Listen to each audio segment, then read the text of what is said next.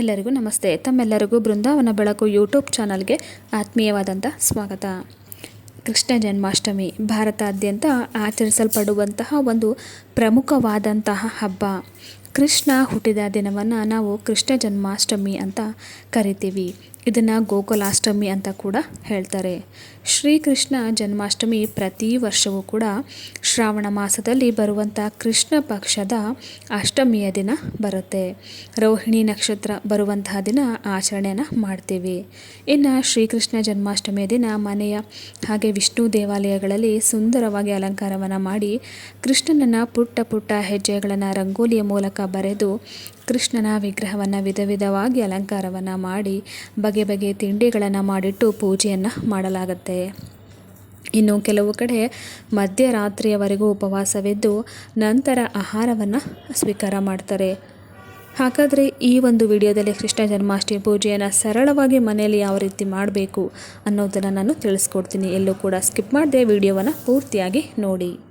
ಶ್ರೀಕೃಷ್ಣ ಪೂಜೆಯನ್ನು ನೀವು ಸರಳವಾಗಿ ಮನೆಯಲ್ಲಿ ದೇವರ ಮನೆಯಲ್ಲಿ ಕೂಡ ಮಾಡಬಹುದು, ಅಥವಾ ನೀವು ಸಪ್ರೇಟಾಗಿ ಟೇಬಲ್ ಇಟ್ಬಿಟ್ಟು ಪೂಜೆಯನ್ನು ಕೂಡ ಮಾಡಬಹುದು. ವಿಗ್ರಹವನ್ನು ಮೊದಲು ನೀಟಾಗಿ ಒರೆಸಿ ಗಂಧ, ಅರಿಶಿಣ, ಕುಂಕುಮದಿಂದ ಅಲಂಕಾರವನ್ನು ಮಾಡಿ ಹೂವಿನ ಹಾರಗಳಿಂದ ಕೃಷ್ಣನನ್ನು ಅಲಂಕಾರ ಮಾಡಬೇಕು. ನಂತರ ಎರಡೂ ಬದಿಗಳಲ್ಲಿ ದೀಪವನ್ನು ಇಟ್ಟು ಕೃಷ್ಣನ ಮುಂದೆ ಒಂದು ಉರುಳಿಯಲ್ಲಿ ನೀರನ್ನು ಹಾಕಿ ನೀರಿನ ಒಳಗಡೆ ತಾಜಾ ಹೂಗಳನ್ನು ಹಾಕಿ ಅಲಂಕಾರವನ್ನು ಮಾಡಬೇಕು.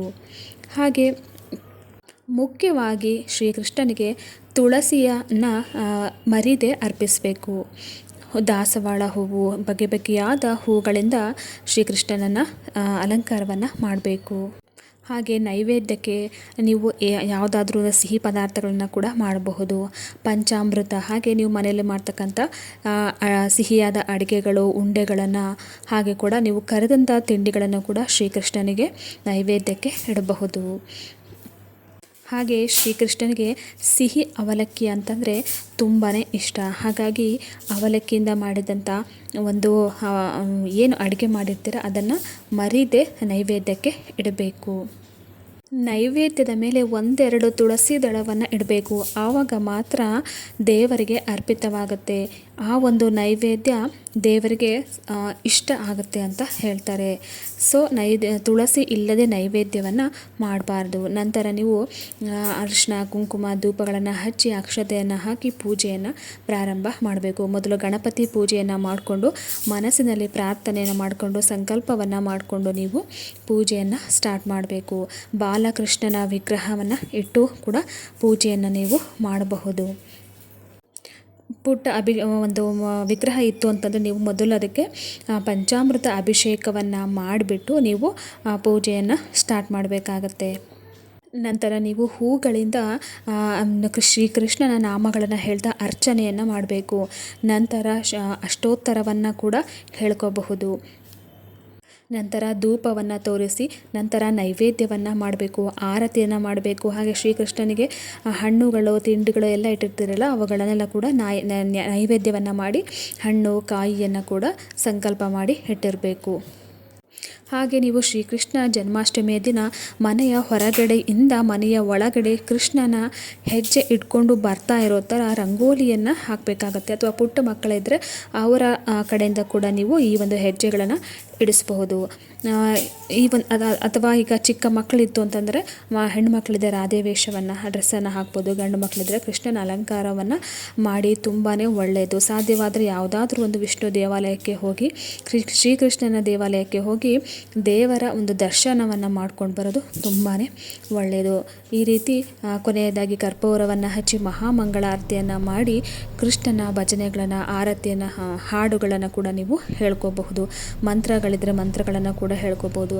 ಏನಿಲ್ಲ ಅಂತಂದು ಸಿಂಪಲ್ಲಾಗಿ ಹರೇ ಕೃಷ್ಣ ಕೃಷ್ಣ ಕೃಷ್ಣ ಹರೇ ಹರೇ, ಹರೇ ರಾಮ ರಾಮ ರಾಮ ಹರೇ ಹರೇ ಈ ಒಂದು ಮಂತ್ರವನ್ನು ನೀವು 108 ಬಾರಿ ಜಪವನ್ನು ಕೂಡ ಮಾಡಿದರೆ ಆ ದಿನ ತುಂಬಾ ಒಳ್ಳೆಯದು. ಕೊನೆಯದಾಗಿ ಕೆಂಪು ನೀರಿನ ಆರತಿಯನ್ನು ಸಂಜೆ ಹೊತ್ತು ಕೆಂಪು ನೀರಿನ ಆರತಿ ಅಂದರೆ ದೃಷ್ಟಿ ಆರತಿಯನ್ನು ನೀವು ಕೃಷ್ಣನಿಗೆ ಮಾಡಬೇಕಾಗತ್ತೆ. ಸಂಜೆಯ ಸಮಯದಲ್ಲಿ ನೀವು ಈ ಒಂದು ಆರತಿಯನ್ನು ಮಾಡಿದರೆ ಶ್ರೀಕೃಷ್ಣನಿಗೆ ಅಲಂಕಾರವನ್ನು ಮಾಡಿರ್ತೀರಲ್ಲ ದೃಷ್ಟಿಯನ್ನು ತೆಗೆದ ಹಾಗಾಗುತ್ತೆ. ಪೂಜೆ ಈ ದೇವರಿಗೆ ಮಾಡುವಂಥ ದೃಷ್ಟಿ ಆರತಿಗೆ ಸ್ವಲ್ಪ ನೀರು, ಅರಿಶಿಣ, ಕುಂಕುಮವನ್ನು ಹಾಕಿ ಚೆನ್ನಾಗಿ ಮಿಕ್ಸ್ ಮಾಡಿಕೊಂಡು ಅನಂತರ ನೀವು ಆರತಿಯನ್ನು ದೇವರಿಗೆ ಮಾಡಬೇಕು. ನಂತರ ನೀರೇನಿದೆ ಅದನ್ನು ತುಳಸಿ ಕಟ್ಟೆಗೆ ಹಾಕಿ ಅಥವಾ ಬೇರೆ ಯಾವುದೇ ಒಂದು ಗಿಡಕ್ಕೆ ಯಾರೂ ತುಳಿಯದಂತಹ ಜಾಗದಲ್ಲಿ ನೀವು ಅದನ್ನು ಹಾಕಬೇಕಾಗತ್ತೆ. ಆ ನೀರನ್ನು ದೃಷ್ಟಿ ಆರತಿ ಮಾಡಿದ ಮೇಲೆ ಆ ಆರತಿಯನ್ನು 3 ಸಲ ಮೇಲಿಂದ ಕೆಳಗೆ ನಿವಾಳಿಸಿ ಹಾಗೆ ಆ ಆರತಿ ನೀರಿನಲ್ಲಿ ಒಂದು ಹೂವನ್ನು ಅದ್ದಿ ಆ ನೀರನ್ನು ದೇವರಿಗೆ ಪ್ರೋಕ್ಷಣೆ ಮಾಡಿ ಆರತಿ ಆದಮೇಲೆ ಸ್ವಲ್ಪ ಕೈಯಲ್ಲಿ ಅಕ್ಷತೆ ಮತ್ತು ಹೂವನ್ನು ಹಿಡ್ಕೊಂಡು ದೇವರಿಗೆ ಅರ್ಪಿಸಿ ನಿಮ್ಮ ಇಷ್ಟಾರ್ಥಗಳನ್ನು ನಿಮ್ಮ ಮನಸ್ಸಿನಲ್ಲಿ ಇರುವಂಥದ್ದು ಏನು ಪ್ರಾರ್ಥನೆ ಮಾಡಿಕೊಂಡು ಸ್ವಲ್ಪ ಹೊತ್ತು ದೇವರ ಮುಂದೆ ಕೂತ್ಕೊಂಡು ಧ್ಯಾನ ಮಾಡಿ ಈ ರೀತಿಯಾಗಿ ನೀವು ಸರಳವಾಗಿ ಶ್ರೀಕೃಷ್ಣ ಜನ್ಮಾಷ್ಟಮಿಯ ಪೂಜೆಯನ್ನು ಮನೆಯಲ್ಲಿ ಮಾಡ್ಕೋಬಹುದು. ಇನ್ನು ಪೂಜೆಯೆಲ್ಲ ಆದಮೇಲೆ ನಂತರ ಕೃಷ್ಣನ ವಿಗ್ರಹವನ್ನು ನೀವು ಸಪ್ರೇಟಾಗಿ ಇಟ್ಟಿದ್ದರೆ ಕೃಷ್ಣನ ವಿಗ್ರಹವನ್ನು ರಾತ್ರಿ ಮಲಗೋದಕ್ಕಿಂತ ಮುಂಚೆ ಸ್ವಲ್ಪ ಬಲಭಾಗಕ್ಕೆ ಕದಲಿಸಿ ಅನಂತರ ನೀವು ಬೆಳಗ್ಗೆ ಎಲ್ಲದನ್ನು ಕೂಡ ಎತ್ತಿಟ್ಕೊಳ್ಬಹುದು. ನೋಡಿದಲ್ಲ ಸ್ನೇಹಿತರೆ, ಈ ಒಂದು ಮಾಹಿತಿ, ಈ ಒಂದು ಶ್ರೀಕೃಷ್ಣ ಜನ್ಮಾಷ್ಟಮಿಯ ಸರಳವಾಗಿ ಮಾಡ್ತಕ್ಕಂಥ ಪೂಜೆಯ ಮಾಹಿತಿ ನಿಮಗೆ ಇಷ್ಟ ಆಗಿದ್ದರೆ ನನ್ನ ವಿಡಿಯೋಗೆ ಲೈಕ್ ಮಾಡಿ ಹಾಗೆ ಇದನ್ನು ಶೇರ್ ಮಾಡಿ. ಧನ್ಯವಾದಗಳು.